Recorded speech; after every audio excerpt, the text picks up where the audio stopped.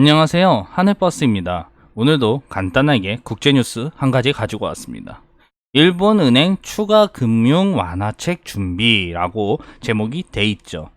일본은행이 지금 추가 금융 완화책, 쉽게 얘기하면 양적 완화를 뛰어넘는 그런 강수를 둘 준비를 하고 있기 때문이에요. 그걸 누가 얘기했냐? 지금 일본은행 구로다 총재가 얘기를 했죠. 그러니까 참 애매하게 된 거예요. 일본이 그렇게 돈을 풀어대고 있는데도 지금 추가 금융 완화책을 내놓는다는 얘기 자체가 언밸런스한 얘기인 거예요. 일단 얘기를 빠르게 넘어가 보겠습니다. 일단 일본 경제는 이미 선을 넘어버렸어요. 이 아베 총리가 보이지만 경기 회복 이 길밖에 없다라고 이렇게 일본어로 돼 있거든요. 근데 왜 이렇게 얘기를 할 수밖에 없는 이유가 일본 경제가 이 잃어버린 20년을 통해서 경제 성장이 완전히 발전이 안 되는 상황에서 인플레이션도 발생되지 않고 디플로 계속 경제가 지금 성장도 아니고 자꾸 침체로 가는데 부양책을 여러 개 써봤지만 소용이 없으니까 마지막 강수를 둔 거예요. 오죽하면 이런 강수를 뒀냐라고 생각을 해야 돼요. 그게 정상이에요. 근데 넘어가 보겠습니다. 일단 왜 경제가 이미 선을 넘었냐면 저번에도 말씀드린 이것 때문이에요. 2017년도 예산안이지만 지금 19년도인데 지금 2년 전 걸 보고 있는 거죠. 간단하게 설명을 하기 위해서 갖고 온 겁니다. 보시면요, 일본의 예산안이 970조예요. 우리나라 돈으로요. 근데 세입이 570이에요. 근데 국채를 발행하는 게 340조예요. 애매하죠, 뭔가 얘기가. 왜? 쉽게 가정으로 치면요, 일반 가정이요. 300만 원이 돈을 벌어오는데 실제 돈으로 나가는 건 500만 원이에요. 그럼 200만 원이 비잖아요. 그 200만 원을 카드로 갚고 있다는 거예요. 그러면 이게 정상적인 가계 생활이에요? 아니면 빚쟁이가 되기 직전의 가계 생활이에요? 그쵸. 일본이 국채를 발행하지 않으면 그날로 나라가 망하는 나라예요, 지금.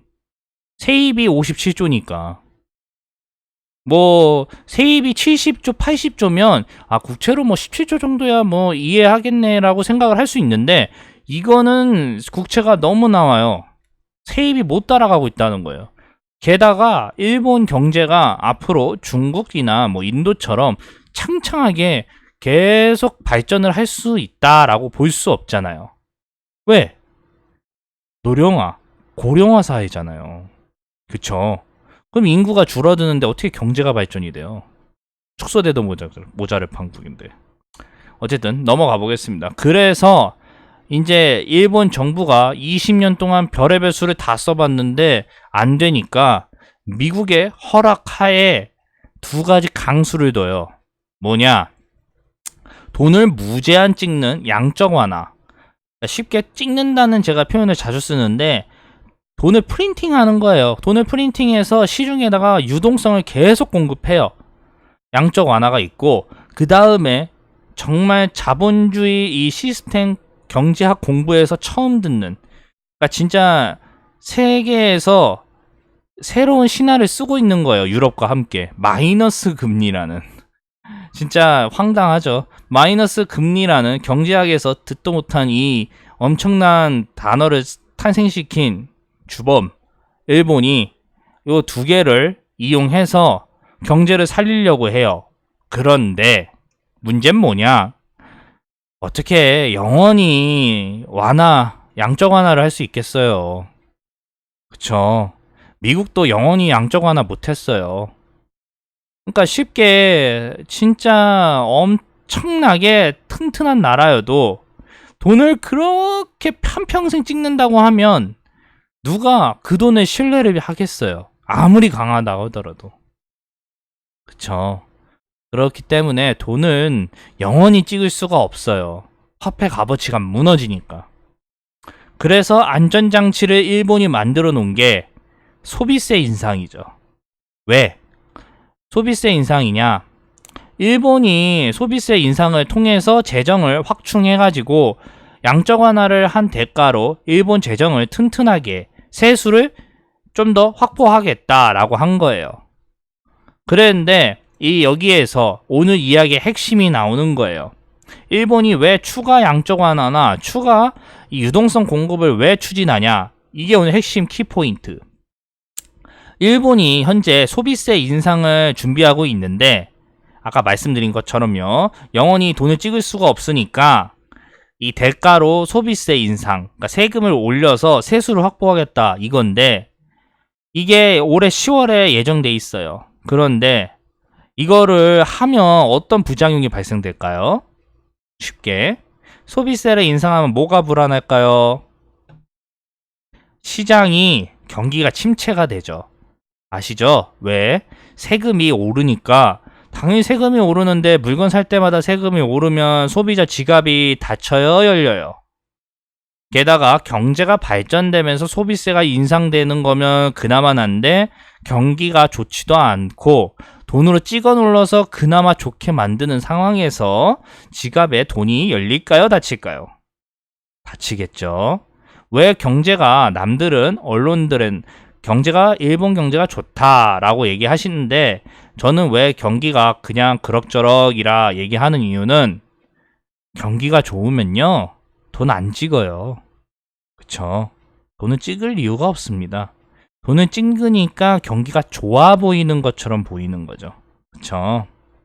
다시 얘기를 돌아가 볼게요. 그래서 소비세 인상을 만약에 취소한다면 더 연기를 한다면 2번까지 연기를 하면 3번을 연기를 하기 때문에 시장에서 신뢰를 잃게 돼요. 조금씩. 아니 일본이 얼마나 경기가 개판 5분 전이면 지금 소비세 인상을 2번이나 미뤘는데 또 미뤄? 이거 일본 못 믿는 거 아니야? 라는 이 의심이 조금씩 올라올 수가 있죠.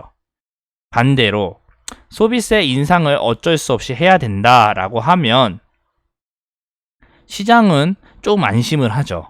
왜? 이 미친 듯한 유동성 공급 대가로 했던 그 소비세 인상이었기 때문에 일본은 그래도 시장의 신뢰를 얻기 위해 지키는구나 라면서 이 시장의 안도를 확인할 수 있게 되는 거죠. 아베 총리는 참고로 참의원 선거가 지금 예정돼 있는데 소비세 인상은 리먼 브라더스급 사태가 아니면 계획대로 한다고는 얘기했습니다. 일단. 근데 이제 당연히 그건 그거고 일본 은행은 불안해요. 왜? 소비세가 인상되면 소비가 줄어들 거고 침체로 다시 빠질 거니까. 이미 매년 돈을 그렇게 많이 찍고 800조든 1000조든 매년 미친 듯이 찍고 마이너스 금리에 돈을 또 풀고 푸는 이 상황에서 경기가 발전이 안 되는데 만약에 여기에다 소비세 인상으로 경기가 침체가 되면 이거 어떻게 되겠어요? 일본은행은 답답한 상황인 거죠. 그렇게 돈을 풀었는데도 경기가 발전이 안 되는 상황이니까. 잠시만요. 물 좀 먹고 하겠습니다. 그래서 소비세 인상을 예방하기 위해 경감세율까지 만들어서 준비를 하고 넘어가는 거예요. 세율이 8%, 10% 나눠져 있죠. 원래는 10%를 한꺼번에 올리려고 했는데 워낙 충격이 클 수 있으니까 이 음료나 식품 몇몇까지 이렇게 다 빼놔서 그 세율을 8%로 했다가 나중에 10%로 올린다라는 거를 지금 해놨습니다. 쉽게 이 소비세 10%가 한꺼번에 올라오면 충격이 크니까 나눠서 충격을 분산시킨다는 얘기예요. 물 좀 더 먹겠습니다. 그래서 일본 은행이 불안하니까 이번에 이제 얘기가 나온 거예요. 소비세 인상 때문에. 10일 블룸버그에 따르면 구로다 총재가 블룸버그 TV와 인터뷰를 했는데 이게 핵심이에요. 오늘 이야기에. 물가 상승률 목표 달성을 위한 모멘텀이 사라진다면 당연히 일본은행은 정책을 변경함으로써 신속하게 대응할 것이라고 얘기를 해요. 한마디로 일본 경제가 괜찮으면 상관없는데 뭐 더 불안해지면 빠르게 움직일 거냐라는 거에 대한 답변인 거예요.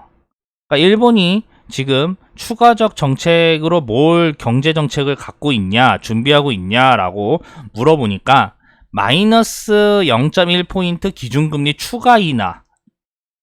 지금도 상상 초월의 마이너스 금리인데 여기에 더 내린다는 얘기예요.